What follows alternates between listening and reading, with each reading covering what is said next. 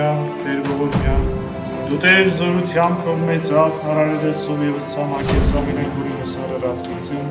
որոշեցել եւ կացուցել ես ջուրի վերոքան զերքինս, ի բնակություն երկնավոր զվարթնոցին, որ կանանդաթար պարաբանության քո, արաքեցիր եւ քո սուրբ բարակալներին, տալով նրանց հրաման կարոզել եւ մկրտել, բոլոր էտանոցներին անվանքոր եւ որդո եւ սրբել, այլև սահմանեցիր քո անսոտ խոսքի ամեն մարդ դերից եւ ողջունիչ ծնված է, չի կարող մտնել Աստծո արքայությունը, այս խոսքերի զարնելով քո ծառաները եւ փափագելով մշտական կյանքի